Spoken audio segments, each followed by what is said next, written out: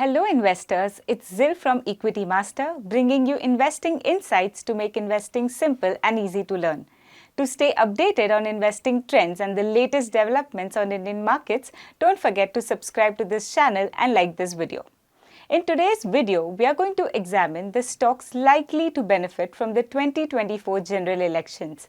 The general elections are just a few months away. Although the dates haven't been announced yet, it's close enough to be measured in weeks instead of months. Political parties will blow the poll bugle soon. There will be a wave of promises, assurances, accusation and counter-accusations, claims and counterclaims, opinion polls and debates. Political pundits will attempt to read the political tea leaves and make predictions both at the national and the state levels. A record number of Indians will cast the ballot to elect their representatives in Parliament. The election will make international headlines. There's no doubt about that. India is the world's biggest democracy after all. However, a segment of the Indian population will be interested in the election for another reason. These are the investors and traders in stock market. The general elections in India have always played a big role in deciding sentiments in the market. This may be for right or wrong reasons, but the fact can't be denied.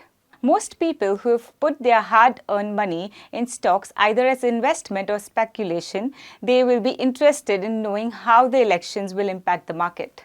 So which stocks or sectors will rise in anticipation of the results? Which ones will be on the back foot? Watch this video till the end as we try to answer all these questions.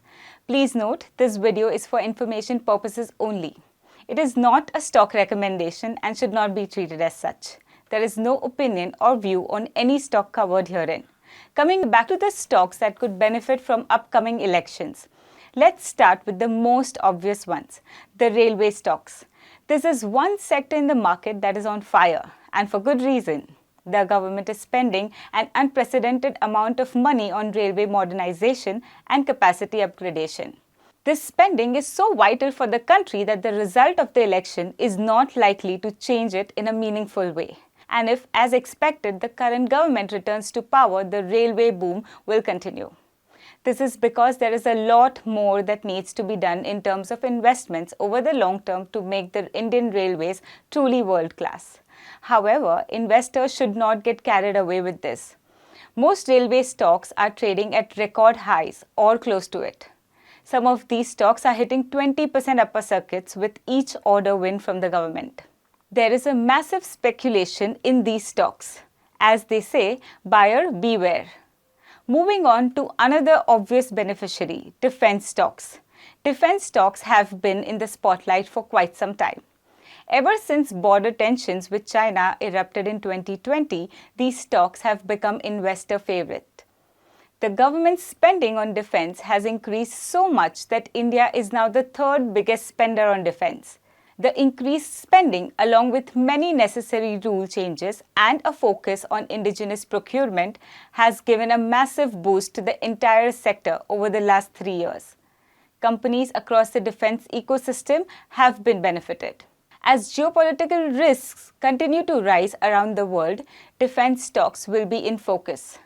Any weakening of the Modi government's mandate could be seen as a negative for these stocks.